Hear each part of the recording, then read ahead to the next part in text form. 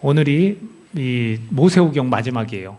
저희 교회가 지금 6개월 동안 모세오경을 같이 해왔거든요. 그래서 장출레민신에서 신명기 마지막 시간입니다. 다음 주 7월 첫째 주부터는 이제 여호수아를 우리가 같이 하겠는데요.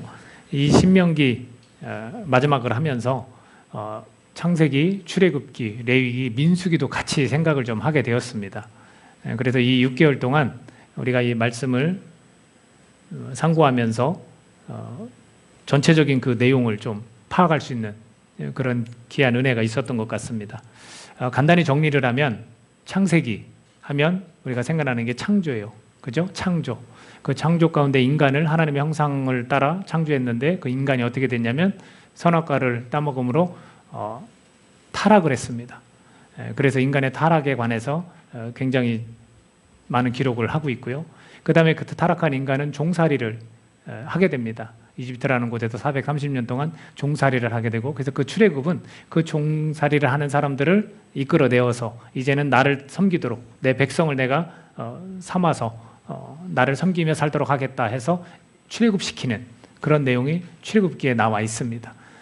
그래서 많은 기적과 이사를 보여주시고 강한 오른팔로 그 백성들을 이끌어내셨다라는 이야기죠. 그리고 나서 그 백성들을 이끌어내서 이제 레위기에 가면 어떻게 삶을 살았으면 한다라는 내용들이 담겨 있어요. 그런데 그 내용의 핵심은 거룩하라, 정결하라, 깨끗하라 랍니다. 내 백성답게 살아라. 그래서 세세한 그 규정들을 알려주는 그런 이야기입니다. 그러나 핵심 내용은 거룩하라입니다. 그 다음에 민수기예요. 민수기 넘버. 그래서 이 넘버가 백성들의 숫자인데 이 처음의 숫자와 나중에 모압 평지에서 센 숫자가 달라요. 왜 그럴까요? 처음에 센 숫자들은 다 죽었어요. 그래서 오히려 민수기라기보다는 광야에서라는 제목이 더 어울린다라는 말씀을 드렸습니다. 왜냐하면 40년 동안 광야 생활하면서 하나님의 말씀을 어기고 원망하고 불평해서 그 숫자에 들어갔던 백성은 다 죽었어요. 그리고 모압 평지에서 다시 숫자를 세어봤더니 전에 셌던 숫자는 아무도 없었더라, 이렇게 기록하고 있습니다. 그래서 그런 교훈이 있죠. 우리가 광야 생활을 살면서 하나님이 먹이시고 입히시고 지키셨는데 우리는 하나님이 없는 것처럼 원망하고 불평하고 살았던 거죠. 그래서 오늘도 우리 삶에서 광야와 같은 길을 걸어갈 때 우리는 하나님이 보호하시고 이끄시고 지키신다는 걸 믿어야 되는 거예요. 그게 믿는 사람들의 모습이에요. 그리고 나서 신명기 마지막 모세가 이 백성들을 잘 인도하고 이끌어서 이제는 마지막에 교훈을 하는데 여러 번 반복하는 걸 우리가 들을 수 있습니다. 여러 번 반복합니다. 왜 그럴까요? 왜 여러 번 반복해서 교훈을 줄까요? 백성들을 위해서 그런 겁니다. 너네들이 가나안 땅을 차지할 때 일어날 일을 대비해서 계속해서. 그래서 하나님의 율법은 어떤 측면에서는 예방 차원이라고 말을 해요. 율법을 그렇게 어먹게, 야 이걸 어떻게 지켜? 야 너무 복잡하네, 우리 이렇게 생각하지만 그 율법을 주신 이유는 예방 차원이에요. 그것 때문에라도 우리가 그것을 이행함으로써 우리가 죄를 짓지 않게 된다는 것. 그래서 그 땅에 들어가서 벌어질 일에 대해서 예방 차원에서 계속해서 반복해서 이야기를 들려주고 계시다는 거죠. 그래서 신명기의 내용을 가만히 들여다보니까 이웃사랑이 가득 담겨 있어요. 이웃사랑이. 예를 들면 여러분들 그런 내용 혹시 보셨나요? 지나가다가 이웃에 송아지나 뭐 염소가 쓰러져 있으면 그냥 지나치지 말래요. 어떻게 하라고 그랬어요? 일으켜 세워주고 그걸 살피라 했어요. 누가 물건을 떨어뜨렸거나 잃어버린 뭐 고삐가 풀려서 어디를 돌아다니는 짐승이 있다면 그걸 내 집에 보관했다가 주인이 나타나면 돌려주래요. 그뿐이 아니에요. 고아와 과부를 위해서 내가 이 곡식을 거뒀는데 단을 하나 놓고 왔어. 이 묶여진 그 곡식단을. 그러면 가지러 가랬어요? 아니요. 그냥 놔두래요. 왜? 고아와 과부들 나그네들이 먹게. 너도 나그네였다. 너 애굽에 있을 때 나그네 생활하지 않았냐? 종살이 하지 않았느냐? 그런 거예요. 그래서 그뿐이 또 아니죠. 또 억울함, 사랑받지 못하는 아내의 장자가 있는데 사랑하는 아내가 아들이 또 있고, 그러면 이 장자권을 어떻게 하라고 그랬어요? 사랑하는 아내의 아들을 세우고 싶잖아요. 그렇게 하지 말랬어요. 사랑받지 못하는 아내의 장자를 세우되 2배를 주래요. 이런 배려심 있는 그런 하나님. 도피성도 읽으셨을 거 아니에요. 억울함에 대해서 뭐 산에서 도끼질을 하는데 도끼가 날아가서 사람에 맞았어요. 그럼 그 사람이 죽었어요. 그럼 이거 억울하잖아요. 그럼 그 사람 어디로 가면서 한다고요? 도피성에 가면서 한다고. 엄청 많아요. 가난한 자에게 담보물을 잡을 때 그 담보물을 해지기 전에 주라 했어요. 왜? 그 담보물은 대부분 이 옷자락 같은 그런 이게 긴 그런 옷을 덮고 자야 되기 때문에 그거를 그 사람이 이게 없으면 사실 얼마나 춥고 몸이 병이 들겠습니까? 그러니까 그걸 돌려주라는 거예요. 한두 가지가 아니에요. 7년째 되면 빚을 면제해줘라. 나에게 빚을 진 사람이 있으면 그걸 면제해줘라.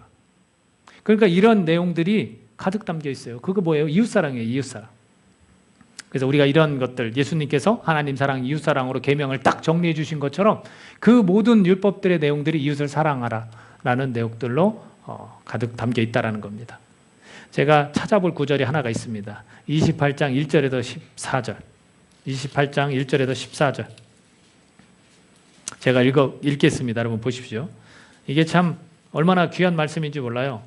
자, 내가 내 하나님 여호와의 말씀을 삼가 듣고 내가 오늘 내게 명령하는 그의 모든 명령을 지켜 행하면 내 하나님 여호와께서 너를 세계 모든 민족 위에 뛰어나게 하실 것이요. 하나님 명령과 말씀을 지키면, 그렇게 이웃을 사랑하는 말씀들을 지키면 세계 모든 민족 위에 뛰어나게 하신대요. 또 내가 내 하나님의 여호와의 말씀을 청종하면, 들으면, 듣는다는 것은 행동으로 옮긴다는 것, 순종한다는 거거든요. 모든 복이 내게 임하며 내게 이르니니 성읍에서도 복을 받고 들에서도 복을 받고 내 몸의 자녀와 내 토지의 소산과 내 짐승의 새끼와 소와 양의 새끼가 복을 받고 내 광주리와 떡반죽 그릇이 복을 받을 것이며 내가 들어와도 복을 받고 나가도 복을 받을 것이니라. 그러니까 완전 이거 뭐 대단한 거 아닙니까? 근데 조건은 딱 하나예요. 명령과 말씀을 잘 지켜라. 내 말에 귀를 기울여라. 여호와께서 너를 대적하기 위해 일어난 적군들을 내 앞에서 패하게 하시리라. 싸움에서도 이기게 한다는 거예요.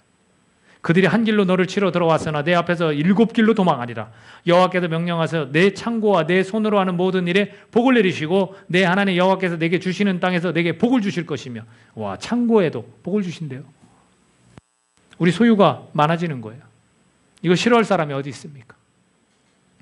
여호와께서 내게 맹세하신 대로 너를 세워 자기의 성민이 되게 하시리니 이는 내가 내 하나님 여호와의 명령을 지켜 그 길로 행할 것임이니라.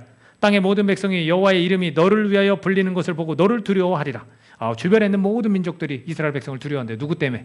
하나님 때문에. 왜? 하나님이 죄를 지키는구나. 저 민족을 지키는구나. 이것 때문에. 여호와께서 내게 주리라고 내 조상들에게 맹세하신 땅에서 내게 복을 주사 내 몸의 소생과 가축의 새끼와 토지의 소산을 많게 하시며 여호와께서 너를 위하여 하늘의 아름다운 보고를 여시사 내 땅에 때를 따라 비를 내리시고 내 손으로 하는 모든 일에 복을 주시리니 내가 많은 민족에게 꾸어줄지라도 너는 꾸지 아니할 것이요. 지금 우리 교회 형편상은 다 우리가 빛 가운데로 걸어가는데, 그죠? 다 빚져서 힘들어하는데, 이거 뭐 꾸어준대요. 그냥 넘쳐서 꾸어준대요. 여호와께서 너를 머리가 되고 꼬리가 되지 않게 하시며 위에만 있고 아래에 있지 않게 하시리니 오직 너는 내가 오늘 내게 명령하는 내 하나님 여호와의 명령을 듣고 지켜 행하며 내가 오늘 너에게 명령하는 그 말씀을 떠나 좌로나 우로나 치우치지 아니하고 다른 신을 따라 섬기지 아니하면 이와 같으리라. 대단하지 않습니까? 이거 듣기만 해도 기분 좋죠? 이걸 한마디로 표현하면 뭐라고 할까요? 하나님이 우리를 보시고 너네는 복덩어리야, 복덩어리. 이렇게 이야기하시는 거예요. 우리가 축복의 통로, 복의 통로라고 하잖아요. 그거 맞아요. 우린 그런 존재예요. 하나님 그렇게 삼아주시는 거예요, 우리를. 나는 복덩어리가 되고 싶어요가 아니라 너는 복덩어리야 라고 말씀해 주시는 거예요. 전혀 예상치 못했는데 내가 복덩어리일까? 내가 무슨 축복의 통로야? 근데 하나님은 너는 축복의 통로야. 너는 복덩어리야. 이렇게 얘기하시는 거예요.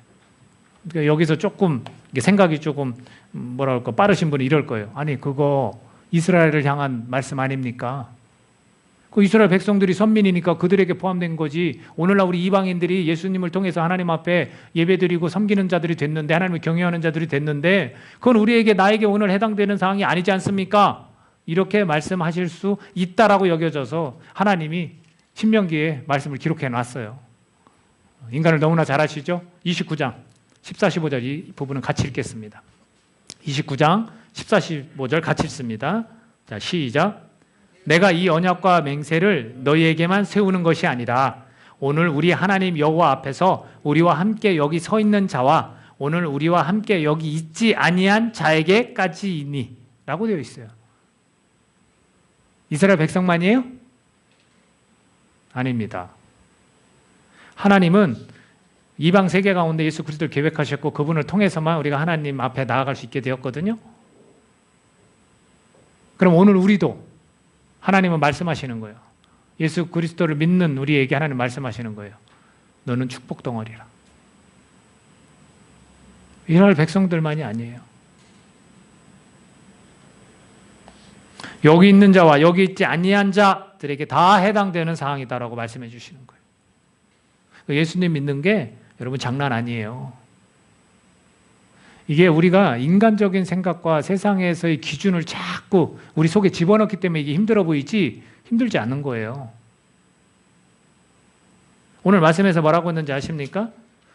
내가 오늘 내게 명령한 이 명령은 내게 어려운 것도 아니고 먼 것도 아니라 이렇게 말하는 사람들이 있다라니까요. 그거 어떻게 지켜요? 너무 어려워요. 하나님 원하시는 그 명령이라는 거, 법대로 사는 거, 하나님 법대로 사는 게 너무 힘들어요. 근데 하나님 말씀하시는 거예요. 어렵지 않아. 그리고 너무 멀리 있다고 얘기해요. 이런 핑계를 댈 수 있는 겁니다. 아니 하늘에 가서 누가 좀 그 명령 받아오면 내가 지키겠다. 저 바다 건너가서 그 명령을 좀 받아오면 내가 정말 잘 지킬 수 있어. 이런 이상한 조건을 다는 신앙인들이 있어요. 그렇지 않습니까? 뭐 환경이 바뀌어져야만 내가 더 열심히 하고 나 몸 좀 건강하게 해줘야만 내가 더 헌신하고 이런 조건을 자꾸 거는 거예요. 지금 오늘 말씀도 마찬가지예요. 이렇게 말하는 사람들이 있다는 거예요. 근데 하나님 분명히 말씀하세요. 어려운 것도 아니고 먼 것도 아니다. 자, 말씀에 저렇게 하늘에서 가야만 가져오고 바다를 건너가야만 가져오는 게 아니라 어디에 있습니까? 네 입에 있고 네 마음에 있다. 이렇게 말씀하시는 거예요. 그래서 이 입술이 중요한 거예요, 여러분. 우리가 정작 회개할 것이 있다면 이 입술로 말하는 걸 회개하셔야 돼요. 얼마나 저주를 퍼붓는 입술입니까? 얼마나 마음대로 우리 생각을 막 바깥으로 쏟아내고 이 마음속에 더러운 것들을 바깥으로 쏟아내는 입술입니까? 근데 이 입에 뭐가 담겨져 있다고요? 말씀이 담겨져 있어야 된다는 거예요. 아멘. 하나님 사랑합니다. 내 이웃을 사랑합니다. 축복합니다. 이런 말들이 자꾸 담겨져 있어야 되는 거예요. 어디에 있습니까? 말씀은 이 마음판에 있다는 거예요. 육체의 할례가 아닌 이 마음의 할례로서 우리가 그래서 이 마음에 말씀이 담겨져 있어야 돼요. 말씀이 심겨지지 않으니까 변화가 없는 것 같아요. 말씀이 영혼과 골수를 찔러 쪼개기까지 한다고 했는데 왜 나한테는 실현이 안 될까요? 그 이상하지 않습니까? 그 말씀이 내 마음판에 심겨지지 않아서 그래요. 내가 관심 가는 게 어디입니까? 내가 집중하는 게 어디입니까? 하나님 말씀이어야 돼요. 근데 세상 살아가는 게 너무 버거워요. 어떻게 하나님 말씀에 집중해요? 내가 지금 여기도 최선을 다하고 땀 흘리고 노력해야 되는데 여기에 어떤 계획들이 필요한데 내가 여기에도 신경을 쓰고 여기에도 생각을 해야 돼. 우리 생활에서 돌아가는 거에 얼마나 많은 관심을 갖습니까? 뭐 하나 사더라도 얼마나 많이 검색하고 얼마나 많이 쇼핑합니까? 정작 우리가 관심 갖는 데는 어디입니까? 우리가 하나님 말씀이 내 마음에 심겨져서 내가 관심 가는 곳이 하나님 눈이 가는 곳에 내 눈이 가야 되고 하나님 마음 가는 곳에 내 마음이 가야 되는 거예요. 그게 하나님 명령을 따르는 거예요. 하나님이 가지 마라 하면 가지 말아야 되고 하지 마라 하면 하지 말아야 되고 해라 하면 네 하겠습니다 해야 되는 거예요. 근데 자꾸 인간은 조건을 달아요. 지금 이게 얼마나 저는 이 말씀 보고 얼마나 우스웠는지 아십니까? 우리를 위해 하늘에 올라가 그의 명령 우리에게로 가져와서 우리에게 들려 행하가 하랴? 할 것이다. 그렇지 않다. 모세가 어떤 심정으로 말했겠습니까? 수도 없이 반복해서 말하는 거예요. 제가 여러분에게 도전하겠습니다. 여러분 주일 몇 번 참석하셨습니까? 지금 평생을 여러분 지금 50대부터 10대, 20대, 30대 다 했는데 여러분 몇 번 참석하셨어요? 그러면 그 말씀을 얼마큼 많이 들으셨습니까? 그러면 그 말씀이 지금 이 마음에 남아서 내가 하나님 관심 갖는 곳에 나도 관심이 갖고 하나님 마음 있는 곳에 내 마음도 있고 이런 삶을 우리가 살고 있습니까? 가장 가까이 있어요.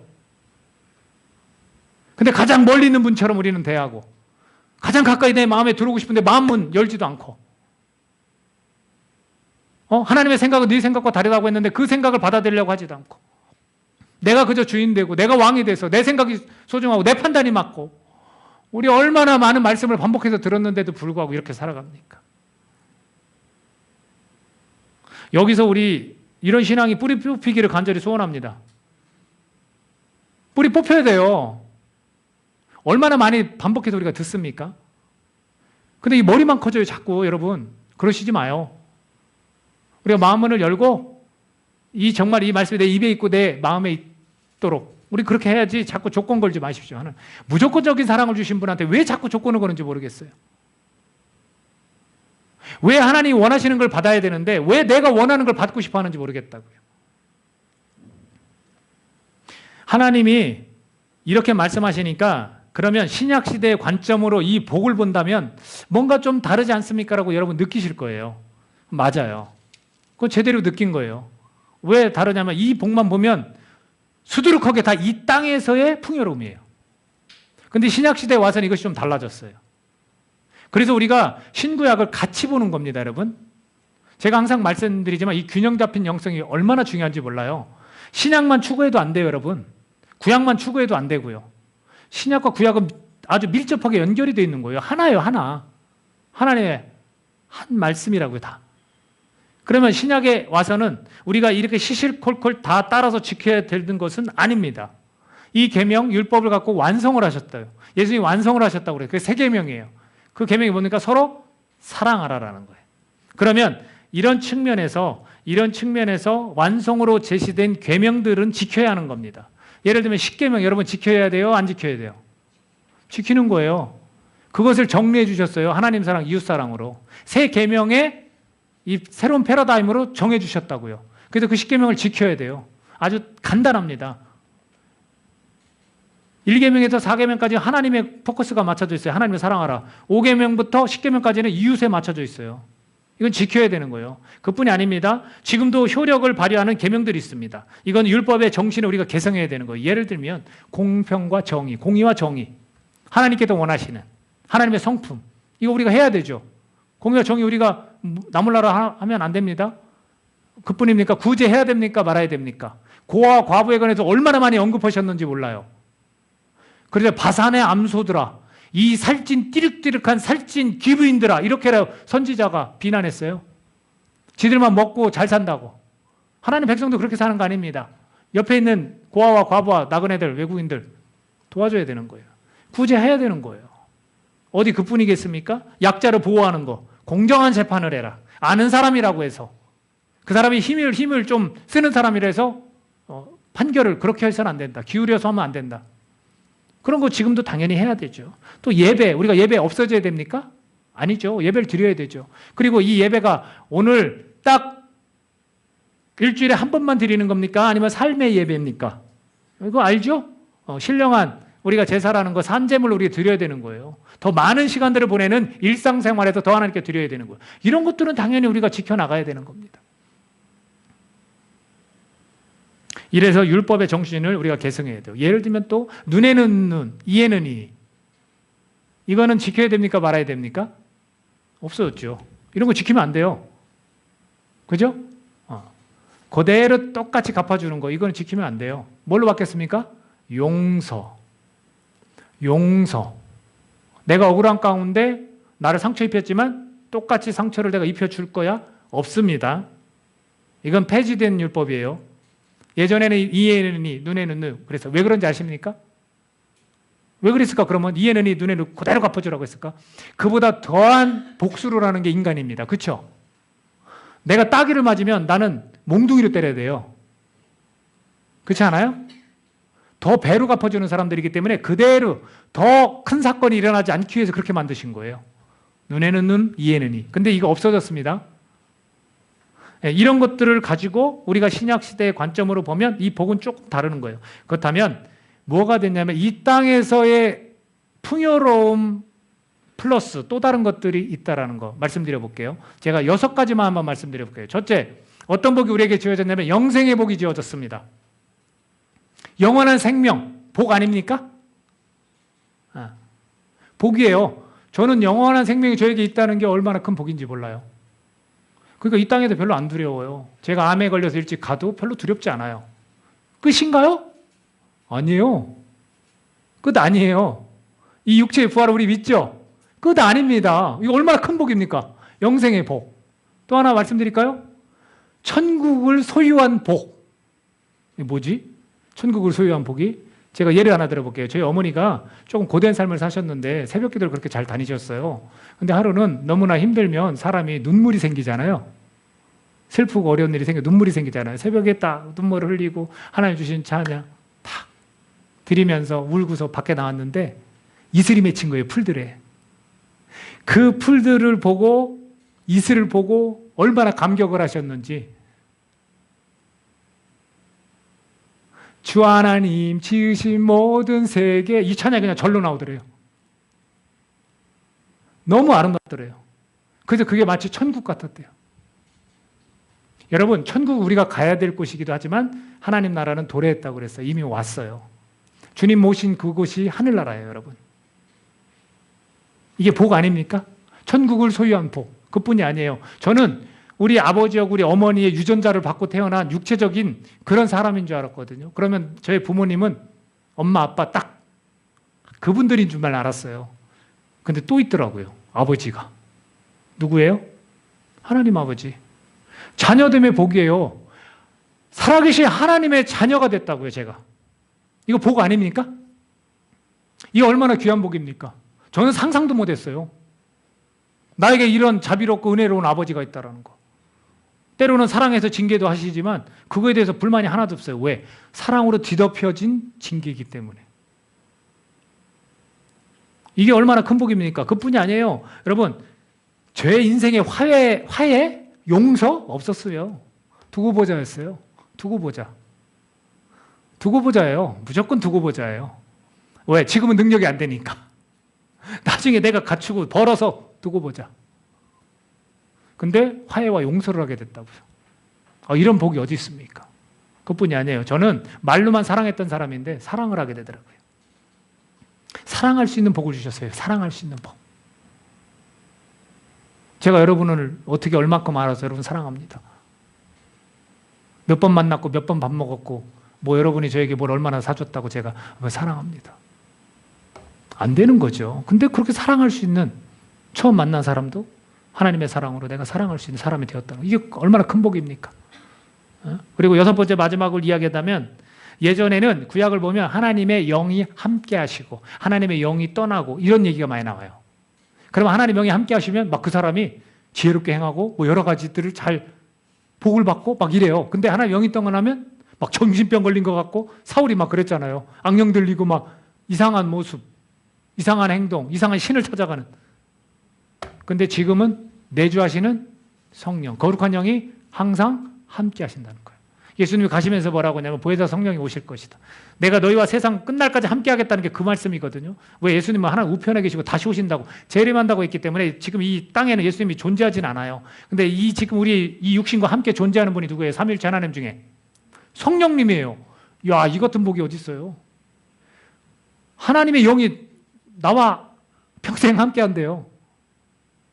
구약시대는 떠났다가 또는 임했다가 이랬거든요. 이런 복이에요. 이런 복 플러스 이 땅에서 풍요로움도 포함이 되어 있다라는 거죠. 더 넓어졌어요. 그리고 우리가 천국은 가야 될 곳으로만 생각했는데 이제 예수 그리스도를 통해서 우리가 그분 모시고 사는 삶은 천국인 거예요. 우리가 이 진리를 사실은 우리에게 하나님 주셨음에도 불구하고 우리가 누리지 못하고 있는 거예요. 그러니까 우리가 다른 복을 생각하고 그 부적절한 욕구에 호기심을 갖는 거예요. 내가 생각한 복이 있을 거 아닙니까? 그리고 이 복은 하나님께 사실은 맡겨야만, 의지해야만 오는 복이에요. 그런데 우리는 자신을 의지하는 거예요. 그리고 그 욕구도 좋은 욕구들이 있음에도 불구하고 부적절한 욕구에 자꾸 관심 갖는 거죠. 우리에게 죄성이 있기 때문에 그래요. 날마다 하나님 앞에 와서 우리가 십자가를 바라보셔야 됩니다. 29장 9절에 이렇게 기록되어 있습니다. 29장 9절 같이 읽어볼까요? 우리 큰 목소리로 29장 9절 시작. 그런즉 너희는 이 언약의 말씀을 지켜 행하라. 그리하면 너희가 하는 모든 일이 형통하리라. 아멘. 모든 일이. 요셉이 형통했다고 그랬던 이야기를 우리가 듣습니다. 근데 그 사람의 성품도 우리가 따져볼 수 있지만 가장 핵심적인 게 뭔지 아십니까? 하나님께서 함께 하심에 형통하였더라. 하나님께서 함께 하심에 형통하였더라. 우리가 이 말씀을 지킬 때 하나님이 우리와 함께 하시는 거예요. 예, 여러분이 하시는 모든 일이 다 형통하는 겁니다. 여러분 믿으십니까? 근데 여러분 조금 여러분이 똑똑하시다면 따져보세요. 정말 따져보세요. 내가 하나님이 함께 하셔서 진짜 모든 하나하나 일들이 다 형통하는지 따져보시라고. 아니면 어떤 측면에서는 하나님을 모셨다가 어떤 측면에서는 저쪽으로 가십시오 하나님을 떠났다가. 오늘 말씀 제목이 뭡니까? 떠나려는 사람 붙잡는 하나님이에요. 하나님은 작정하셨어요. 복 주기로. 근데 우리는 자꾸 떠나요. 왜? 내가 생각한 복을 나는 받아가고 싶다라는 거고 내가 생각한 욕구를 난 채우고 싶다라는 거거든요. 그러니까 이스라엘 백성들도 이 상황 속에서 자꾸 떠나는 거예요. 자꾸 떠나라. 그러니까 하나님은 자꾸 붙드는 거예요. 그래서 이 신명기 말씀이 계속해서 반복되는 거예요. 마지막 말씀을 읽고 마치겠습니다. 30장 9절 10절 같이 읽겠습니다. 9절 10절 같이 읽습니다. 시작.